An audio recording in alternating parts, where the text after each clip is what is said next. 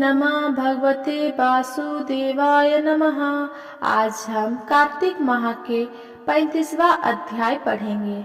अनुपम कथा कार्तिक होती है संपन्न, इसको पढ़ने से श्रीहरि होते हैं प्रसन्न। इतनी कथा सुनकर सभी ऋषि सूत जी से बोले, हे सूत जी, अब आप हमें तुलसी विवाह की विधि बताइए। सूत जी बोले, कार्तिक शुक्ला नवमी को द्वापर युग का प्रारंभ हुआ है, अतः ये तिथि दान और उपवास में क्रमश पूर्वाह्न व्यापिनी तथा परहा व्यापिनी हो तो ग्रहा है। इस तिथि को नवमी से एकादशी तक मनुष्य शास्त्रोक्त विधि से तुलसी के विवाह का उत्सव करे तो उसे कन्यादान का फल प्राप्त होता है। पूर्व काल में कनक की पुत्री किशोरी ने एकादशी तिथि में संध्या के समय तुलसी की वैवाहिक विधि संपन्न की। इससे वो किशोरी वैधव्य दोष से मुक्त हो गई। अब मैं उसकी विधि बतलाता हूँ। एक तोला सुवर्ण की भगवान विष्णु की सुंदर प्रतिमा तैयार कराए, अथवा अपनी शक्ति के अनुसार आधे या चौथाई तोले की ही प्रतिमा बनवा ले। फिर तुलसी और भगवान विष्णु की प्रतिमा में प्राण प्रतिष्ठा करके षोडशोपचार से पूजा करे। पहले देश काल का स्मरण करके गणेश पूजन करे, फिर पुण्य हवाचन कराकर नांदी श्राद्ध कराए।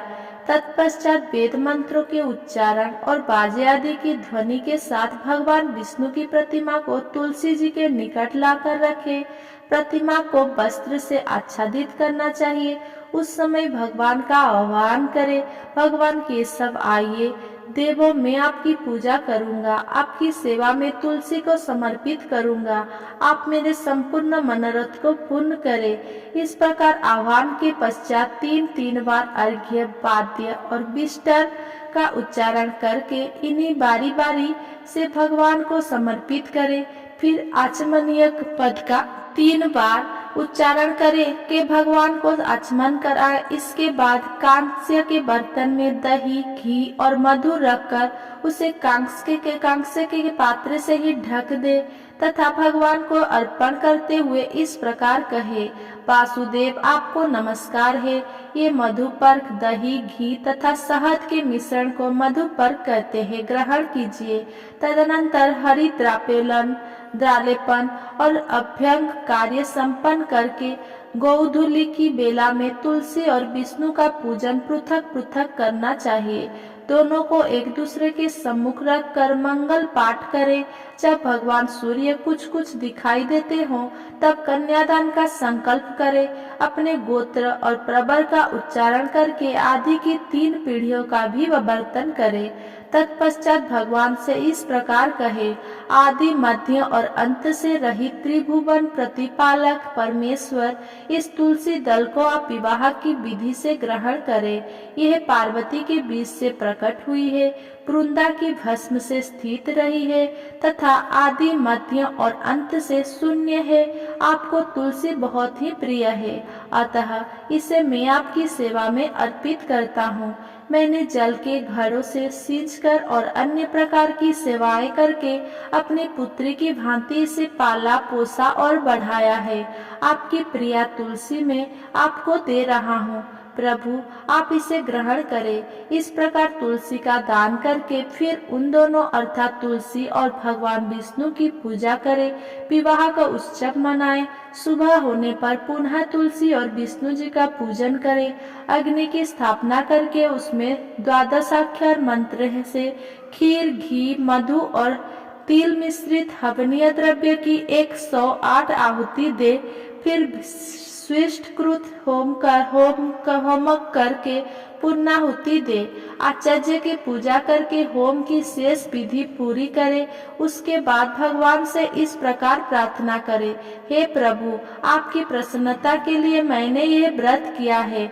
जनार्दन इसमें जो न्यूनता हो वो आपके प्रसाद से पूर्णता को प्राप्त हो जाए।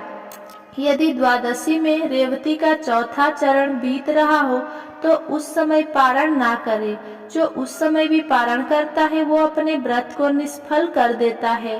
भोजन के पश्चात तुलसी के श्वेत गोलकर गिरे हुए पत्तों को खाकर मनुष्य सब पापों से मुक्त हो जाता है। भोजन के अंत में रूख, आंवला और बेर का फल खा लेने से उच्छिष्ट दोष मिट जाता है। तदनंतर भगवान का विसर्जन करते हुए कहे, भगवान आप तुलसी के साथ वैकुंठ धाम में पधारे। प्रभु मेरे द्वारा की हुई पूजा ग्रहण करके आप सदैव संतुष्टि करें। इस प्रकार देवेश्वर विष्णु का विसर्जन करके मूर्ति आदि सब सामग्री आचार्य को अर्पण करे। इससे मनुष्य कृतार्थ हो जाता है। ये विधि सुनकर सूत जी ने ऋषियों से कहा, हे ऋषियों, इस प्रकार जो मनुष्य श्रद्धा पूर्वक सत्य, शांति और संतोष को धारण करता है, भगवान विष्णु को तुलसी दल समर्पित करता है, उसके सभी पापों का नाश हो जाता है और वह संसार के सुखों को भोग कर अंत में विष्णु लोक को प्राप्त करता है। हे ऋषिवर, ये कार्तिक महात्म्य सब रोगों और संपूर्ण पापों का नाश करने वाला है। जो मनुष्य इस महात्म्यों को भक्ति पूर्वक पढ़ता है और जो सुनकर धारण करता है, वो सब पापों से मुक्त हो भगवान विष्णु के लोक में जाता है।